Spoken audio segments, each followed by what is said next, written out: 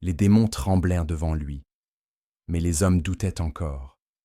Le paradoxe le plus troublant de l'histoire de Jésus, il y a dans les évangiles un paradoxe que personne ne peut lire sans en être frappé. Les démons reconnaissaient Jésus immédiatement, sans hésitation, avec une précision théologique que les docteurs de la loi eux-mêmes n'atteignaient pas. Ils criaient son nom. Ils proclamaient son identité. Ils tombaient à ses pieds. Ils tremblaient. Et les hommes doutaient. Les pharisiens demandèrent des preuves.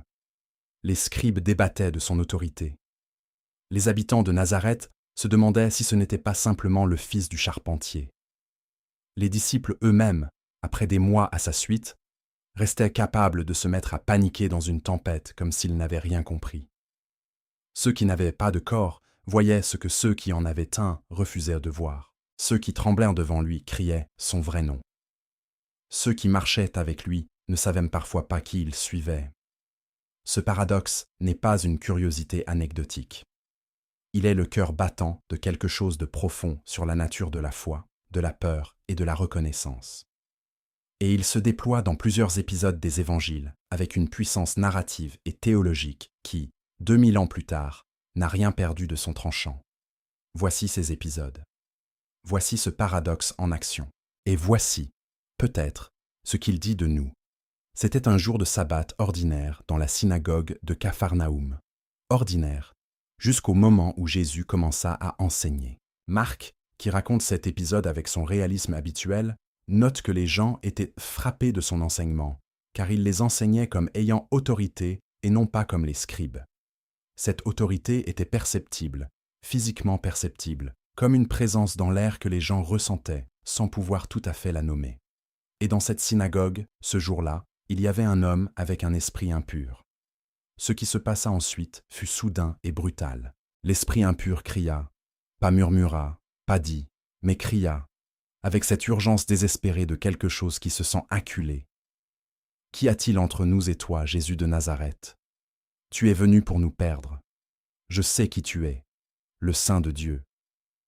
Le Saint de Dieu. » Voilà ce que l'esprit impur dit dans la synagogue de Capharnaüm avant que Jésus ait fait quoi que ce soit, avant un miracle, avant un discours théologique, avant une démonstration de pouvoir. L'esprit impur le reconnut, et dans toute la synagogue, parmi tous ces gens qui venaient d'être frappés de son enseignement, personne, pas un seul, n'avait encore dit ces mots. Jésus répondit avec une économie foudroyante. « Tais-toi et sors de cet homme. » Et l'esprit impur, après avoir secoué l'homme violemment, sortit de lui en criant. La stupéfaction de la foule est rapportée avec précision. Qu'est-ce que ceci ? Un enseignement nouveau, donné avec autorité. Il commande même aux esprits impurs, et ils lui obéissent. Remarquez la structure de cette réaction. La foule ne dit pas « Il est le Saint de Dieu ». Elle ne répète pas ce que l'esprit impur venait de crier. Elle dit « Il commande aux esprits impurs, et ils lui obéissent ». Elle voit le phénomène, l'obéissance des démons. Elle ne tire pas encore la conclusion que l'esprit impur avait formulée. L'esprit impur savait. La foule observait. C'est la première occurrence du paradoxe. Si l'épisode de Capharnaüm était un tremblement de terre, ce qui se passa dans le pays des Géraséniens fut une éruption volcanique. L'homme vivait dans les tombeaux. Les textes disent qu'on n'avait plus pu l'enchaîner. Il avait brisé tous ses liens, toutes les chaînes de fer, tous les entraves. Il errait nuit et jour dans les tombeaux et dans les montagnes, poussant des cris et se blessant avec des pierres. Imaginez cette figure, cet homme, car c'était un homme, avec un nom quelque part, avec une famille peut-être qu'il avait perdue, avec une vie avant que cela commence. Cet homme vivait parmi les morts, incapable d'être tenu par aucune contrainte humaine, se lacérant lui-même dans une souffrance dont personne ne pouvait plus l'approcher. Il était connu dans la région. Les gens avaient essayé. Ils avaient abandonné. Quand il vit Jésus de loin, il courut vers lui. Réfléchissons à ce détail. Il courut vers lui, pas en s'enfuyant, pas en se cachant, vers lui. Quelque chose dans la présence de Jésus exerçait une attraction que les forces qui habitèrent cet homme ne pouvaient en pas résister. Et il se prosterna devant lui, et cria d'une voix forte Qu'y a-t-il entre moi et toi, Jésus, Fils du Dieu Très-Haut? Je t'adjure par Dieu de ne pas me tourmenter, Fils du Dieu Très-Haut. Cette fois, le titre est encore plus complet. Pas seulement le Saint de Dieu, comme à Capharnaüm, mais Fils du Dieu Très-Haut. La reconnaissance est totale, précise, théologiquement articulée. Et la peur était réelle. Je t'adjure de ne pas me tourmenter. Voilà ce que disaient ces forces devant Jésus. Ne me touche pas, n'interviens pas, laisse-moi. La conversation qui suivit est l'une des plus étranges des évangiles. Jésus demanda « Quel est ton nom ?»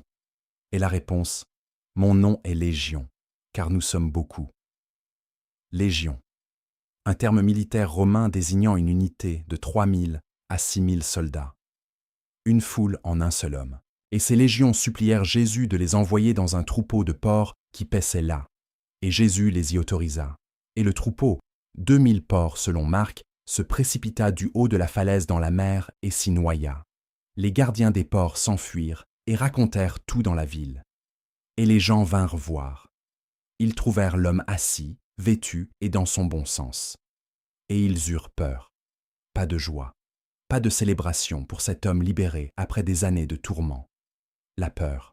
Et ils demandèrent à Jésus de partir de leur région.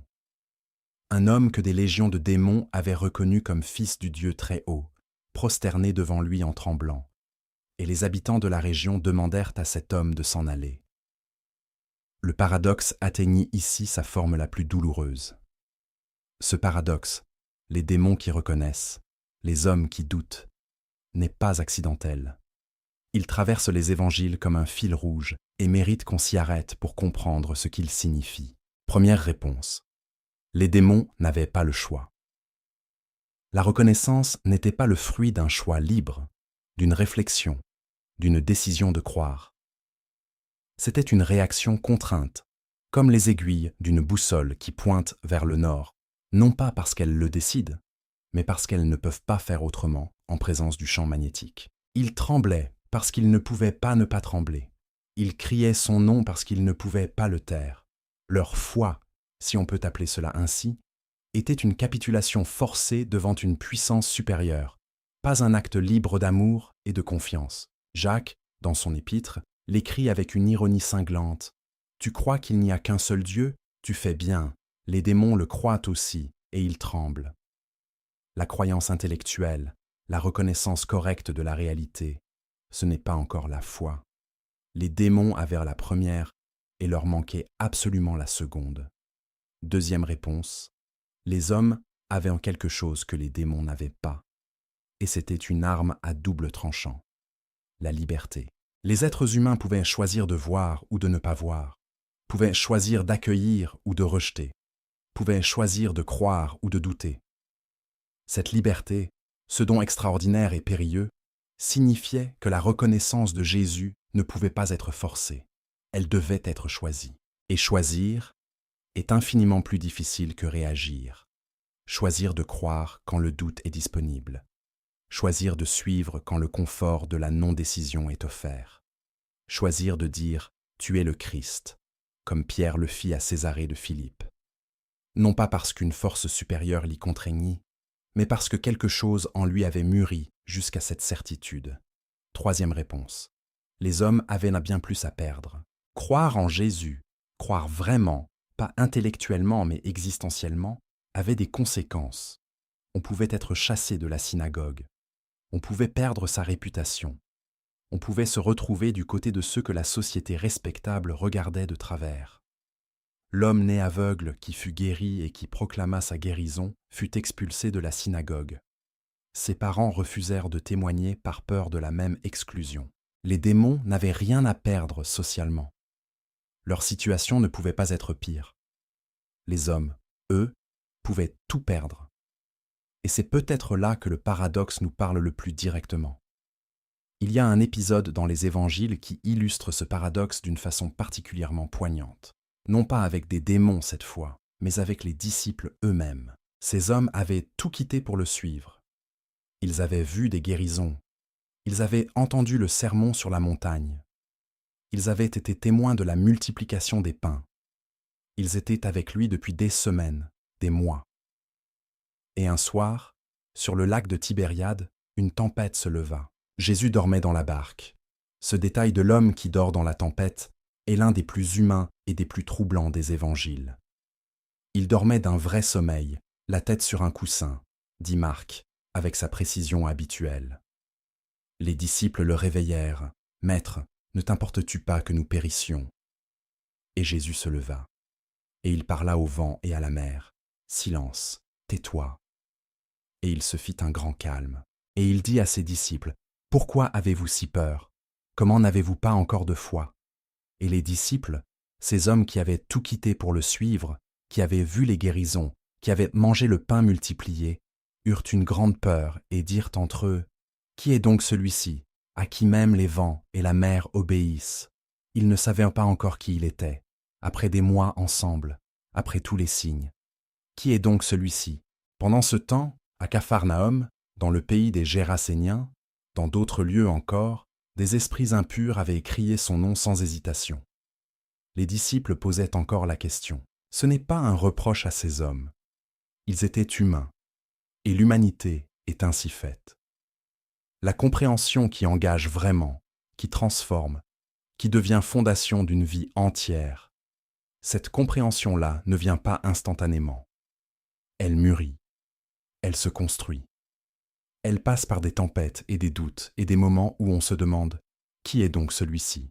Et c'est peut-être pour cela que Jésus les appela quand même, sachant qu'ils ne comprendraient un coup pas tout de suite, sachant qu'il y aurait des tempêtes où la peur prendrait le dessus, sachant que la foi qu'ils cherchaient n'était pas la capitulation forcée du démon, mais ce chemin lent, difficile, interrompu, repris, d'hommes et de femmes qui choisissaient, malgré tout, de continuer à marcher.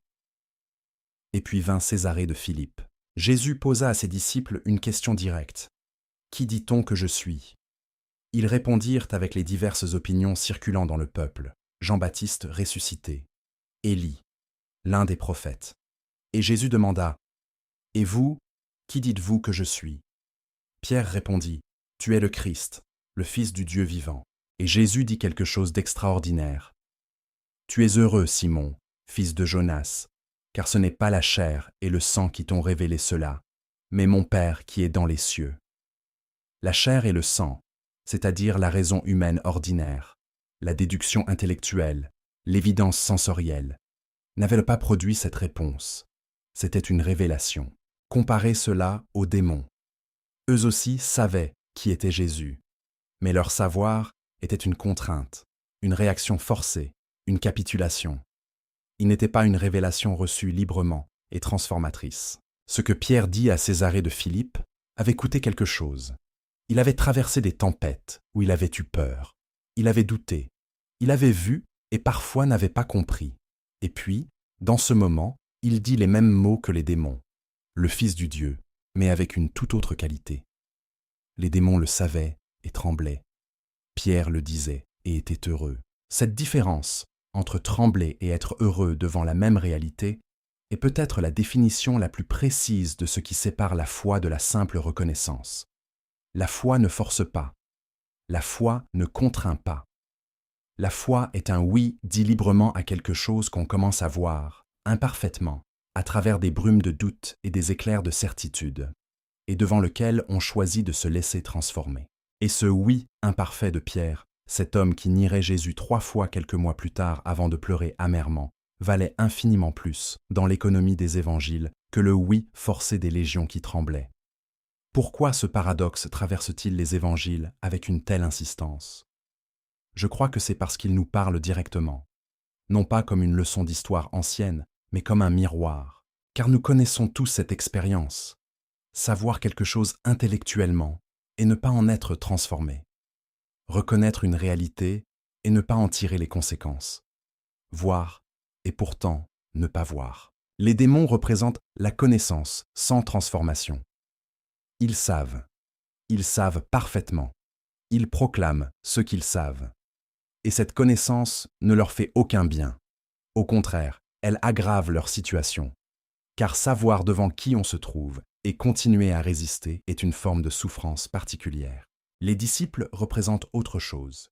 La foi en marche, imparfaite, hésitante, interrompus par la peur et le doute, mais en marche.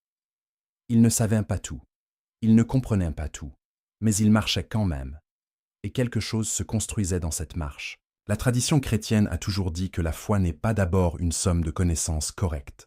C'est une relation qui grandit, qui traverse des crises, qui est mise à l'épreuve et qui en sort plus forte, ou qui s'effondre et se reconstruit. Les démons avaient à la connaissance sans la relation. Les disciples avaient à la relation dans l'imperfection de leur connaissance. Et c'est la relation qui les transforma, pas la capitulation. 2000 ans plus tard, la même question se pose à chacun. Pas « sais-tu qui était Jésus ?» mais « qui dis-tu qu'il est ?»